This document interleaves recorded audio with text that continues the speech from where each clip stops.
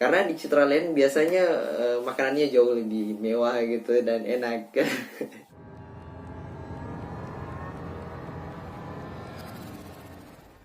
Oke, teman-teman, jumpa lagi di kanal YouTube saya. Jadi pada seri video ini, video sebenarnya ada beberapa pembahasan di kanal YouTube saya. Salah satunya adalah bercerita gitu.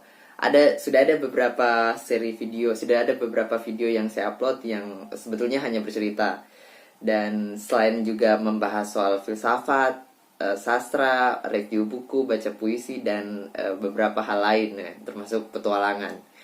Dan di cerita kali ini, saya sebetulnya ingin hanya sekedar bercerita soal bagaimana apa yang berubah di Ramadan kali ini gitu. Jadi Ramadan sebagai anak kos, jadi kayak semacam Ramadan anak kos di tengah pandemi gitu. Jadi sebetulnya ada beberapa hal yang signifikan berubah gitu. Yang misalnya yang pertama itu soal sahur gitu. Dulu ketika sebelum pandemi menyerang misalnya, sahur itu saya sering sahur on the road gitu, sering diundang atau diajak pergi sahur di tempat gratis gitu.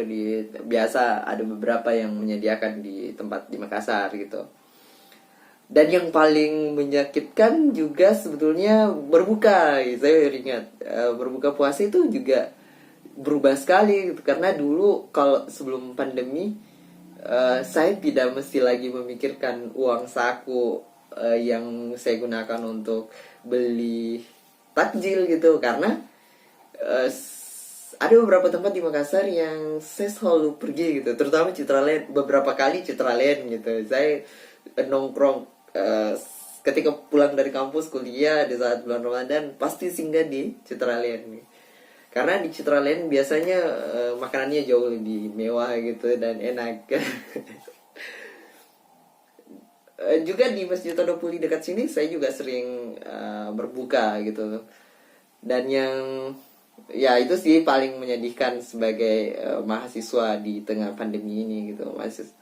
Jadi Ramadan kita sebagai anak kos, meskipun sebetulnya sekarang sudah tidak ada perkuliahan, tapi karena tidak boleh pulang, PSBB dan dilarang mudik juga, akhirnya harus menerima itu meskipun pahit sekali gitu. Di video sebelumnya saya bercerita soal bagaimana rasanya berpuasa tanpa keluarga, khususnya kedua orang tua gitu. Jadi seperti itu. Jadi Ramadan anak kos di tengah pandemi seperti itu gitu. Jadi kayak yang menyedihkan lagi karena saya harus menyiapkan sendiri makanan gitu. Jadi kalau saya berdua dengan sepupu saya di sini, saya di sebelah sepupu saya gitu. Jadi kalau saya jadi kalau dia begadang saya tidur, kadang-kala kita tidur berdua dan saya harus mengaktifkan alarm gitu. Dan alarm yang full volume gitu. Karena ketika saya biasanya tidur jam 11 atau bahkan biasa jam 12 malam, dan saya tidur 2 atau 3 jam. Kadang 1 jam, jam 2 sudah bangun, harus menyiapkan makan, biasanya langsung masak dan menyiapkan bahan-bahan makanan gitu. Jadi begitu. Sebenarnya seorang teman kemarin bertanya soal itu, bilang bagaimana nih kalau ndak bangun, atau siapa nih kasih bangun.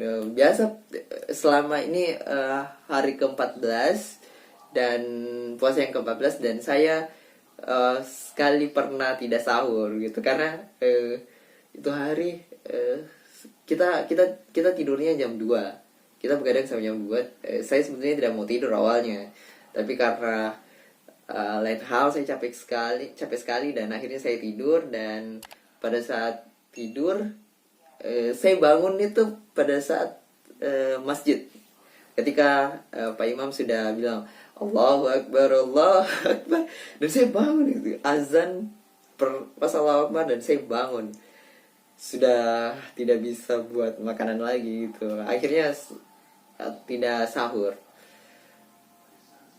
Selebihnya kalau berbuka sih masih aman, karena saya masih bisa keluar beli takjil di luar. Jadi sisa keluar beli dan berbuka, tidak mesti lagi banyak menyiapkan. Kecuali kalau sahur gitu, sahur mesti harus menyiapkan. Tentu itu jauh lebih mahal pastinya. Jadi itu cerita soal Ramadan di tengah Ramadan anak kos di tengah pandemi gitu.